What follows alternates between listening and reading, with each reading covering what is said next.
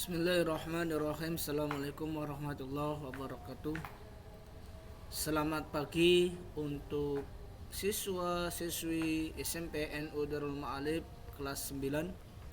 Semoga kalian selalu diberi kesehatan oleh Allah Subhanahu wa taala. Alhamdulillah, pagi hari ini kita akan mempelajari tentang Tarikhul Islam, di mana tarikh Islam ini untuk kelas 9 masuk pada tahap juz 3.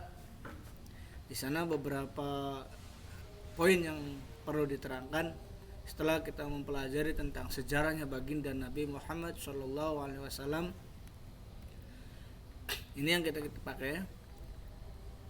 Kemudian tentang bagaimana kondisi di Mekah pada masa Kanjeng Nabi Muhammad SAW.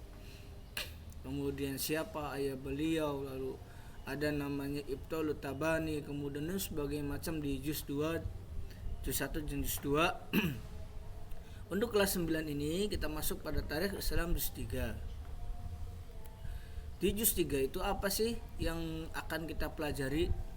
Yang akan kita pelajari dalam juz 3 adalah yang di bab pertama, yaitu tentang Khulafaur Rasyidin.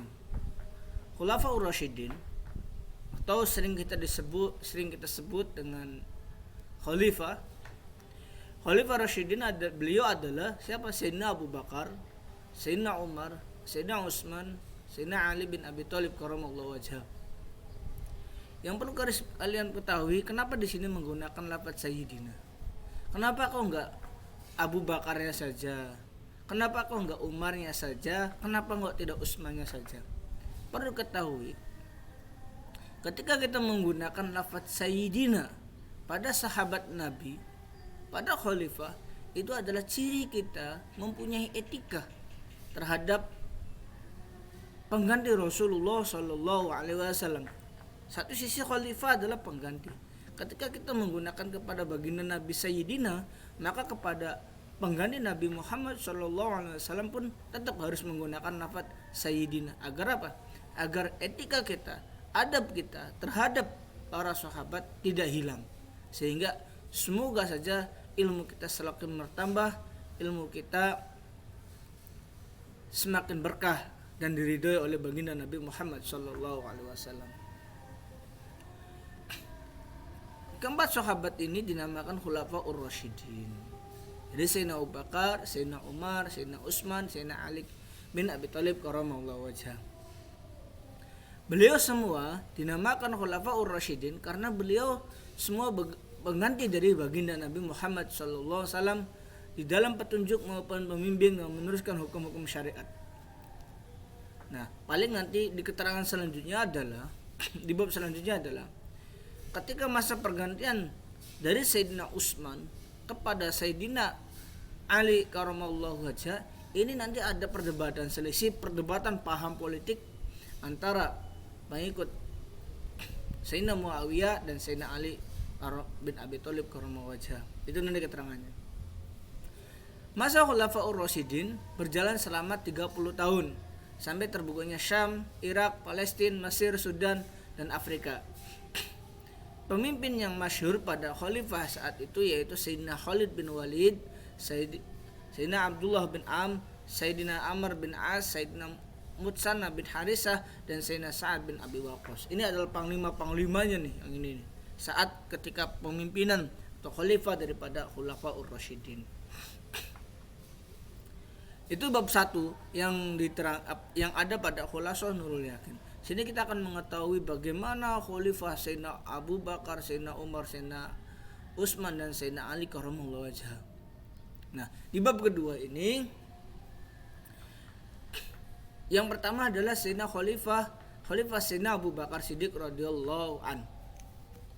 Nasab beliau adalah Sayyidina Abdullah bin Abi Quhafah bin Amr. Nasab beliau kumpul bersama baginda Nabi di kakek yang urutan nomor 6, yaitu Sayyidina Murrah. Berarti masih ada buyut atau bahasa ininya buyut lah. Beliau dilahirkan setelah baginda Nabi Muhammad SAW jarak 2 tahun lebih. Jadi umurnya Sayyidina Abu Bakar dengan Sayyidina Muhammad SAW berjarak 2 tahun. Yang menjadi pembeda daripada Sayyidina Abu Bakar dari yang lain adalah pertama nasab. Kemudian beliau orang yang tutur katanya indah, lembut, tingkah lakunya baik, hatinya penuh kasih sayang terhadap orang-orang yang membutuhkan. Kesibukan beliau adalah berdagang. Beliau orang yang dapat dipercaya jika diberi amanah dan memiliki harta yang banyak. Beliau termasuk orang-orang kaya. Dan Sayyidina Abu Bakar disukai oleh kaum Quraisy. Beliau memberikan kasih sayang kepada orang-orang yang terkena musibah dan menjadikan pekerja bagi kaum yang fakir.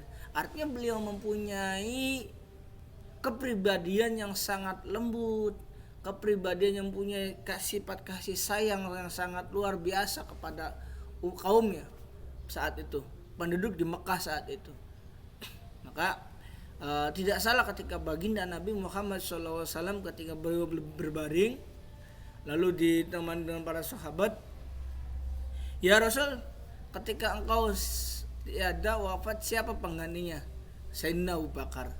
Kemudian yang kedua Sayyidina Umar. Itu sudah ditentukan oleh baginda Nabi Muhammad SAW. Yang ketiga Sayyidina Utsman. Nah yang keempat ini Sayyidina Ali sudah nongkrong di pintu, sudah duduk di pintu. Namun ketika man fil bab muncullah Sayyidina Muawiyah.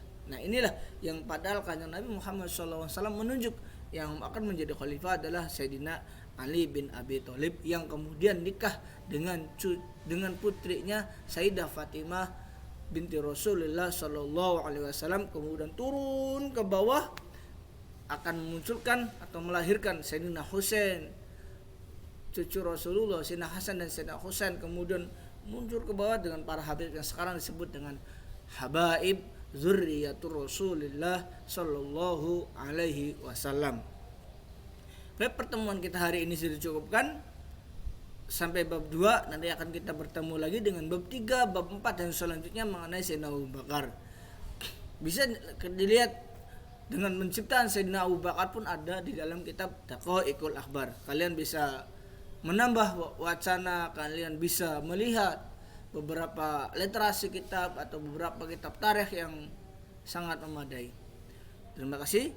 Wallahul muwaffiq ila aqwamit thoriq. Wassalamualaikum warahmatullahi wabarakatuh.